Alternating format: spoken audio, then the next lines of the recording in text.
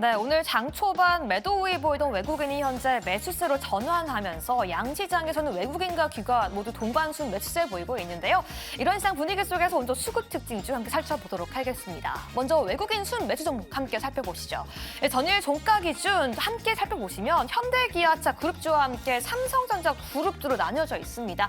이 무디스에서 현대기아차 그룹주를 A3로 신용등급 상향 조정한 가운데 모두 담았고요.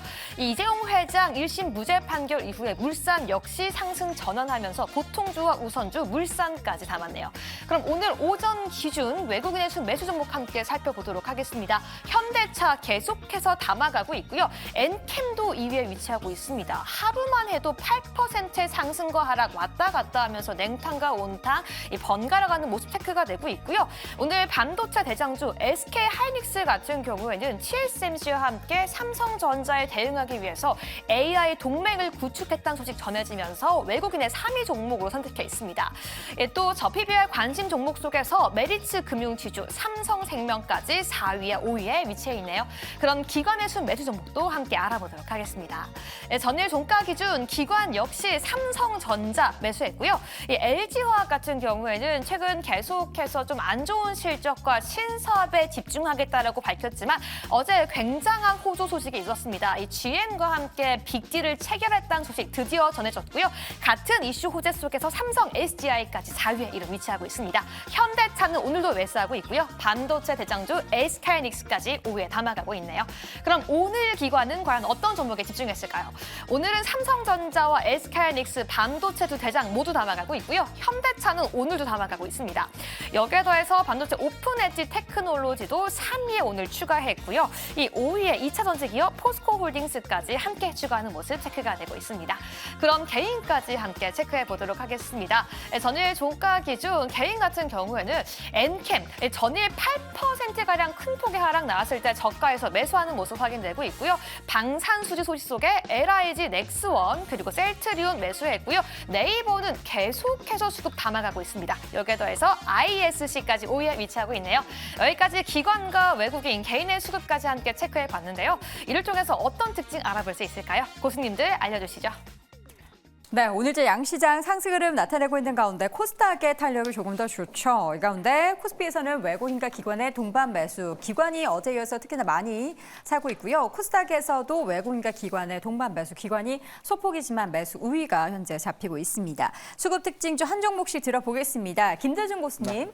2차전지 소재업종의 대장주가 바뀌었습니다. 어떤 종목이죠? 기존의 에코프로 BM이나 포스코 퓨처형 같은 종목들이 시세 탄력이 좋았다라고 한다면 네. 최근에 뜨고 있는 종목 코스모 신소재입니다. 와, 지금 저점 대비 주가가 혼자 이렇게 날아가고 있었어요. 여러 가지 이유가 있습니다. 네. 첫 번째로는 기관 투자자들이 지난 1월 그러니까 2일부터 해서 지금까지 딱 4일 제외하고 계속 매수를 했고요.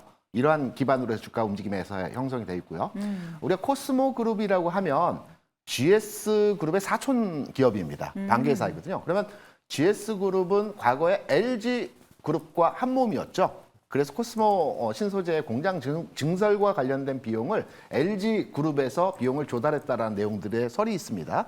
그래서 납품 또한 LG 에너솔루션의 대부분의 납품을 하고 있습니다. 네. 안정적 매출이 확보되었다라는 측면이죠. 그리고 여기에 하나 더 플러스해서 코스모 신소재 같은 경우는 2차전지 양재 사업에 좀 늦게 뛰어들었습니다. 그렇다 보니까 영업 실적과 매출, 영업 이익 구조 측면에서 다른 2차전지 소재 업종이 4분기 실적이 그다지 좋지 않는 반면에 코스모 신소재 같은 경우는 전년 동기 대비해서 크게 폭증하는 형태에서 진행이 되고 있거든요. 네. 증설도 있고 시장이 악화됐을 때 확장하는 단계에서의 흐름이 진행되고 있기 때문에 코스모 신소재, 2차전지 소재주에서의 대장주가 등극하는, 바뀌는 이런 흐름에서의 모습이기 때문에 관심을 가져도 될 것 같다라고 생각합니다. 알겠습니다. 대장주 역할을 하고 있는 코스모 신소재, 지금 현재 주가는 6% 넘는 강세 보이면서 16만 2,100원 기록이 되고 있습니다. 자, 이어서 우리 김장렬 고수님. 네네. 반도체죠. 반도체. 뒤에 또 나오기 때문에 뭐 다른 얘기 많이 하니까 간단히 뭐 한미 반도체가 많이 가는데 그거는 그쵸. 우리 퍼스트 주제에서 우리 테이블 교수님이 많이 말씀하셨을 것 같고 1위 주제. 그런 거 한미 반도체 이런 게 많이 간다는 거는 아까 우리 장을 볼 때 저는 4가지 키워드 지금 보고 있거든요. 네. 마이크로소프트, 엔비디아, 그다음에 정부, 그다음에 PC. PC요? PCE, PC. Personal Consumption Expenditure. 이 네 가지만 보고 가면 돼요. 여기 중에서 마이크로소프트가 이제 그 모든 거를 얼개를 잡고 네. 그거를 뒷받침하는 게 이제 엔비디아잖아요. 엔비디아가 승승장구하고 있잖아요. 그쵸. 그러니까 거기에 승승장을 엔비디아를 이게 맞춰줄 수 있는 실질적인 서포트는 TSMC하고 하이닉스거든요. 네. 근데 TSMC하고 하이닉스가 합작해가지고 합작이 그럼요. 아니고 그 연합. 패키지를 제대로 하겠다 네. 이런 거로 하면은 한마디 수를 받는 거예요. 이렇게 되면은 한마디 나중에 얘기해요. 그렇게 되면 무슨 얘기냐? 하이닉스 좋고요. 네. 당연히 지금 TSMC가 혼자 못하니까 여러 가지 군단을 한다는 거잖아요. 그쵸. 군단을 하게 되면 누구죠? 삼성 저기 한국에 있는 장비 업체들이 밖에 없어요. 아. 그러면 TSMC 말고 저기 한미반도체 말고도 HPSP, 그다음 이오테크닉스 여기도 다 TSMC 연관이 돼 있거든요. 네. 그럼 거기도 같이 가는 거예요. 그래서 만약에 한미반도체가 오늘 날아가서 아쉽게 파신 분도 계신데 그러면 이제 다시 사는 거는 좀 이따 하고 HPSP, 그다음에 이오테크닉스 같이 덜 간 종목에도 관심을 가질 필요가 있다. 네. TSM, 삼성전자 둘 다 들어가니까 이렇게 말씀드릴 수 있겠습니다. 지금 한미반도체 주주분들께서는 내가 지금 버틴 세월이 몇 개월인데 무슨 소리냐. 내 이 고점에서 아슬아슬하니 마음 가지고 내가 팔라고 얘기 안 했는데. 네, 반년을 버텼는데 라는 그런 말씀하실 텐데요. 네, 축하드립니다. 한미반도체 오늘 현재 19% 넘는 급등 보이고 있습니다. 염정 교수님 오늘 수급 특징 어떤 정보 가지고 오셨습니까? 저는 카카오뱅크를 좀 가지고 카뱅. 왔습니다. 카카오뱅크 최근 한 두어 달 이상의 급등세, 두어 달 이상이죠. 한 3개월 정도 바닥권에서 지금 반등 강하게 나오고 있는데요. 네. 지금이 오늘 가격 때 29,000원이에요. 29,000원대. 이 종목은 사실 역사가 깊습니다. 카카오뱅크 신규 상장할 때 2021년도에 논란이 정말 많았죠. 한 40조 이상 시총으로 시작을 했기 때문에 지금 뭐 KB 금융주주라든지 그렇죠. 시중은행보다 더 높은 가치를 받을 수 말도 안 있느냐에 된다 대한 했죠. 논란이 너무 강했었는데요. 지금은 이제 안정적인 전 가격대로 내려온 상태에서 지금부터가 주요한 어떤 주가의 중요한 기점이다라고 생각하고 있습니다. 카카오뱅크 실적 면에서 봤을 때도 이제 4분기 실적 잘 나왔습니다. 그에 따라서 주가가 추가적인 상승은 했습니다만 단기적인 차익 실현 매물이 좀 나왔다라고 좀 볼 수 있고요. 네. 카카오뱅크 최근에는 아무래도 대환 대출 관련된 매출액이 좀 급격하게 늘었다라는 부분이고 네. 대환대출 플랫폼으로서의 수익성 개선이 좀 큰 폭으로 나타났다라고 보고 있습니다. 그리고 카카오뱅크가 사실 처음에 상장 초기에 논란이 됐었던 게 이거를 은행으로 봐야 돼, 플랫폼으로 봐야 돼, 이 논란이었었는데 지금은 정말 자연스럽게 플랫폼 은행으로 두 가지의 모두 양쪽의 모든 기능들을 잘 하고 있다라고 좀 생각하고요. 기존의 시중은행 대비해서 아무래도 높은 자기 자본 비율 그리고 수신 조달에 대한 그 메리트가 있기 때문에 그리고 아무래도 유지 비용에 대한 부분 비용적인 메리트가 있죠. 점포가 없기 때문에 충분히 경쟁력 있다라고 좀 생각하고 있고요. 네. 카카오뱅크 보니까 가입자 수가 2천만 명이 넘어요.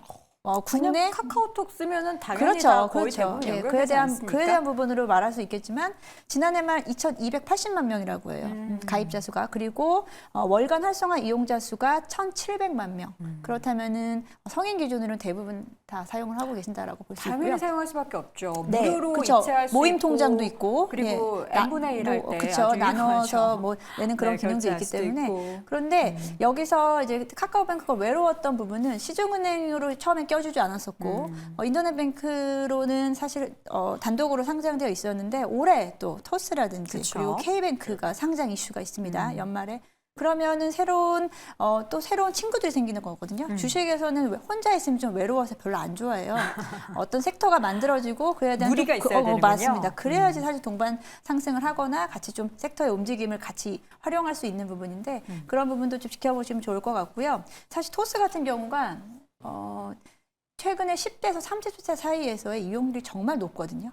그게 왜 그렇게 늘어난다고 보세요? 토스 같은 경우는 미성년자들의 계좌 개설이 가능하고 그를 통해서 용돈 관리라든지 그에 대한 자금 관리가 가능한 이런 기능들을 좀 활성화시키고 있기 때문에 네. 앞으로 인터넷 뱅킹 관련해서는 좀 저는 눈여겨봐야 된다고 생각하고 있고 네. 카카오뱅크 역시 지금 3만 원대 좀 위아래로 움직이고 있는데 그렇죠. 최근 증권사들의 목표가는 3만 뭐 1,000원, 2,000원 정도 선입니다. 그래서 단기적으로는 좀 약간 좀 차 올랐어요. 그래서 조정받는 걸 좀 기다리고 있습니다. 조정받으면은 충분히 추가 매수할 수 있는 기회가 되지 않을까라고 좀 보고 있습니다. 알겠습니다. 카카오뱅크 염정 고수의 탑픽 종목으로 꼽아봤습니다. 테이버 고수. 네, 저는 오늘 토픽으로 이슈가 있는 한미반도체 말씀을 드리려고. 한미반도체요? 네네. 지금 우리 그러면 김장료 교수님과 디테일하게. 통하셨어요? 더 디테일하게. 더 디테일하게? 아까 전에 그 저희 대기실에서 얘기를 하다가 그래요? 그러면 지금 스틸 하신 거예요? 아니, 예, 제가? 알겠습니다. 말씀해 주시죠. 일단 한미반도체를 네. 말씀드리기 앞서가지고 오늘 같은 경우에는 한국도 그렇고 중국도 그렇고 지금 연휴전 마지막 거래일입니다. 그리고 이 부분에 있어서 중국에서 긴급하게 이제 밤사이에 뉴스가 하나 나왔는데 이 부분 좀 전해드리도록 할게요. 뭐죠? 중국 같은 경우에는 증권감독위원회라고 아주 권위 있는 그런 기관이 있습니다.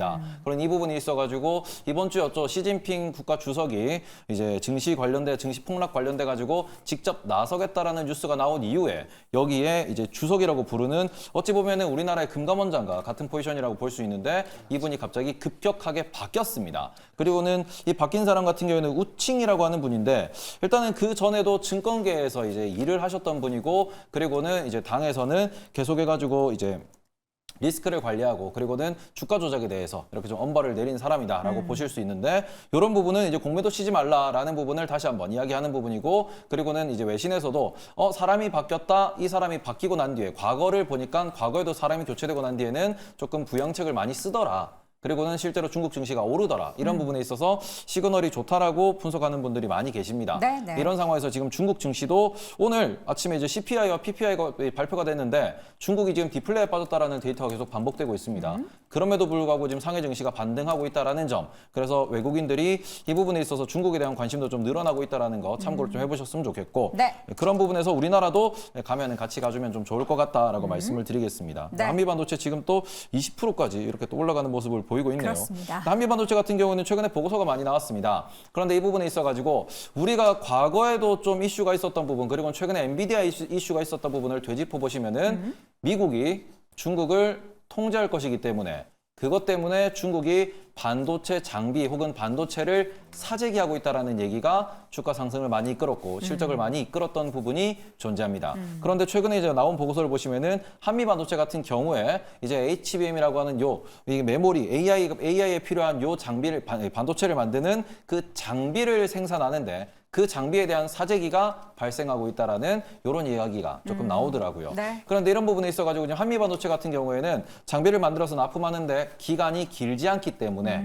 그러다 보니까 이 부분에서 이게 깜짝 실적으로도 나올 수 있다라는 점. 그러니까 최근에 이제 기관 외국인들이 계속해서 매수를 하고 있었는데 이 부분에서 매물대 저항대가 뚫리면서 한 번에 좀 쏘고 올라가는 모습을 보였다라고 좀 보시면 될 것 같고요. 네. 이런 상황에서 마지막으로 꼭 말씀드리고 싶은 거는 그래서 한미 반도체 지금 사도 되냐 그러면은 한미 반도체와 ASML의 재무를 좀 비교를 해보시면은 ASML과요? 네. 어떻게요? 왜요? ASML은 전 세계 1등 반도체 장비 기업이고요.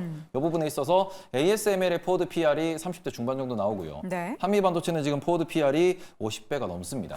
근데 그게 덩치가 그렇게 다르고 완전 영역이 장비는 같지만 완전 다른 장비잖아요. 근데 어찌 보면 비교가 돼요? 전공정과 후공정에서 약간의 타픽이라고 볼 수 있는 그런 이제 뭐 공통점이 있다면 있을 수 있는데 일단 핵심은 규모가 작다 보니까 이렇게 어찌 보면 작은 돈으로 움직일 수 있다라는 점이고요. 네. ASML도 최근에 많이 급등을 했습니다. 이제 그런 부분에서 가격적 부담도 분명히 생각을 하셔야 되기 때문에 좀 더 장기적 관점으로 보셔야 되지 않나. 그래서 단기로는 지금 완전 트레이딩 영역에 들어갔다라고 말씀드리고 싶고 보유자분들은 축하드립니다. 알겠습니다. 축하드립니다. 자, 이렇게 해서 수급 특징지 쭉 확인해봤고요. 다시 한번 종목 확인해 보겠습니다.